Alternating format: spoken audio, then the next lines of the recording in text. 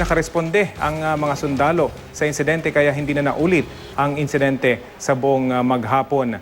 Dahil idineklarang area of concern ang buong lalawigan ng Lanao del Sur, inaasahan na ng mga otoridad na magiging mainit yung sitwasyon. Kaya naman maagang nag-deploy ng mga tangke at mga sundalo ang Philippine Army 103rd Brigade na nakabase sa Marawi para alalayan yung mga pulis. Marami sa kanila ay nagsilbing mga board of election inspectors sa ilang bayan sa probinsya.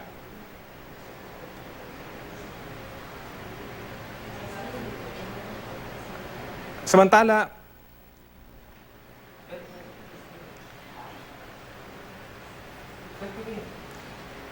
napahugulgol sa harap ng puntod ng kanyang mga magulang ang nangunguna sa karera sa pagkapangulo na si Mayor Rodrigo Duterte. Pasado alas 2 kanina ng madaling araw, dumalaw sa libingan ng kanyang mga magulang si Duterte.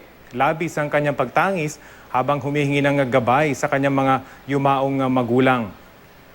Matagal na raw niyang gustong maglabas ng emosyon pero dahil naging abala raw siya sa kampanya, ngayon lang siya nagkaroon ng pagkakataon.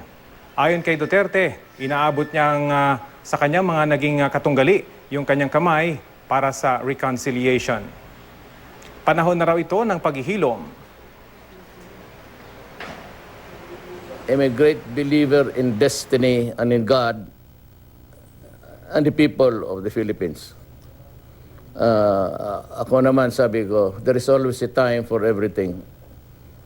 A time for winning and a time for losing. If I lose, I'll accept the verdict of the Filipino people. If I win, then you have my guarantee that I will work for the people. I extend my hand in friendship to those mga kalaban ko sa politika, especially the presidential candidates. We should begin the healing now.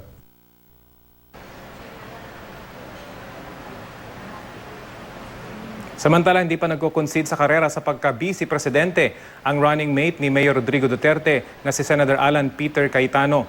Ayon naman kay Cayetano, hindi pa niya ito magawa dahil hindi pa niya alam kung kanino magko-concede.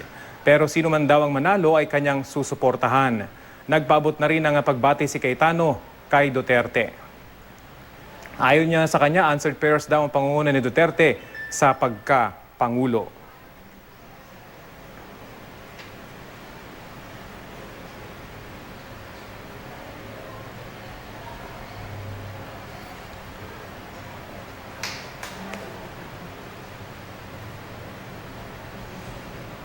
That's what.